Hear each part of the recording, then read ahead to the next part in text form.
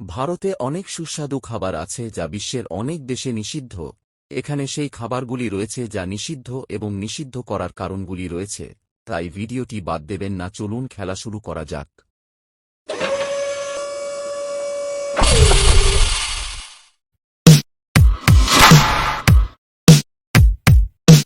প্রথম, সিনহারা। সোমালিয়া 2011 সাল থেকে সিনহারা নিষিদ্ধ করেছে কারণ আল-শাবাব গ্রুপ, একটি সুন্নি ইসলামিস্ট সামরিক এবং রাজনৈতিক সংগঠন, স্ন্যাকের ত্রিভুজাকার আকৃতিকে আপত্তিজনক বিবেচনা করে। গ্রুপটি ত্রিভুজকে খ্রিস্টান হোলি ট্রিনিটির সাথে যুক্ত করে এবং আইন ভঙ্গ করলে গুরুতর শাস্তি হতে পারে। দ্বিতীয়, কেচাপ। ফ্রান্স 2011 সালে স্কুলের ক্যাফেটেরিয়া থেকে কেচাপ নিষিদ্ধ করেছে ফরাসি খাবার সংরক্ষণ করতে এবং কিশোরদের অতিরিক্ত খাওয়া থেকে বিরত রাখতে। ফরাসি সরকার মনে করে যে যদি শিশুরা সবকিছুর সাথে কেচাপ খায়, তারা খাবারের আসল স্বাদ অনুভব করবে না। তবে ছাত্ররা ফ্রেঞ্চ ফ্রাইয়ের সাথে কেচাপ খেতে পারে।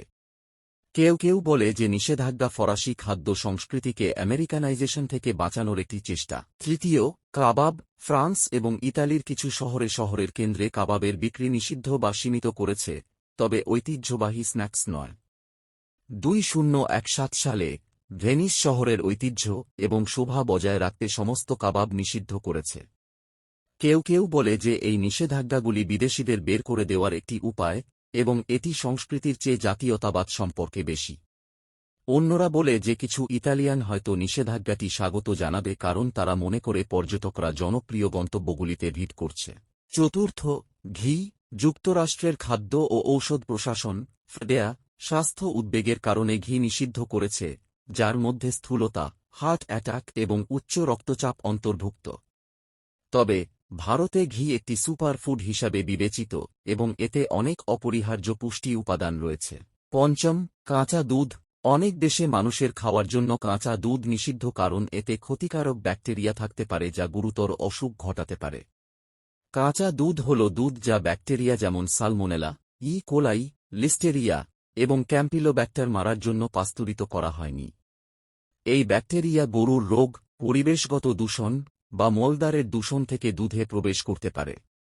কাঁচা দুধ নিষিদ্ধ করে এমন কিছু দেশ হল অস্ট্রেলিয়া, কানাডা এবং স্কটল্যান্ড। যুক্তরাষ্ট্রে কাঁচা দুধ 20টি রাজ্যে নিষিদ্ধ এবং অন্যান্য রাজ্যে সীমিত। গর্ভবতী মানুষ, শিশু, বয়স্ক ব্যক্তি এবং দুর্বল ইমিউন সিস্টেমের মানুষ কাঁচা দুধ থেকে সংক্রমণের উচ্চ ঝুঁকিতে আছেন। ষষ্ঠ, চ্যাওয়ানপ্রাশ। চ্যাওয়ানপ্রাশ হল একটি ঐতিহ্যবাহী ভারতীয় খাদ্য সংযোজন যা আমলকি ফল, ভেষজ, ঘি, তিলের তেল, চিনি এবং অথবা মধু দিয়ে তৈরি।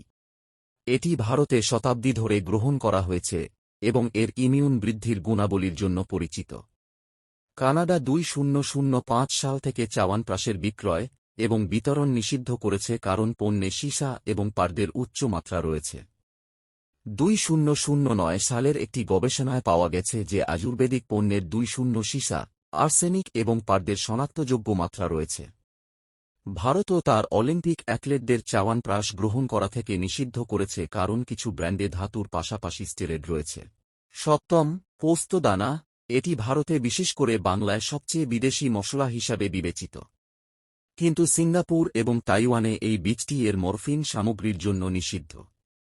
নাকি এটি সিঙ্গাপুরের কেন্দ্রীয় নার্কোটিক্স ব্যুরো দ্বারা নিষিদ্ধ পণ্য হিসাবে বিবেচিত। এটি সৌদি আরব এবং ইউএইতেও নিষিদ্ধ। ভিডিওটি সম্পূর্ণ দেখার জন্য ধন্যবাদ। দয়া করে লাইক, শেয়ার এবং এই ধরনের সম্পর্কিত সামগ্রীর জন্য সাবস্ক্রাইব করুন।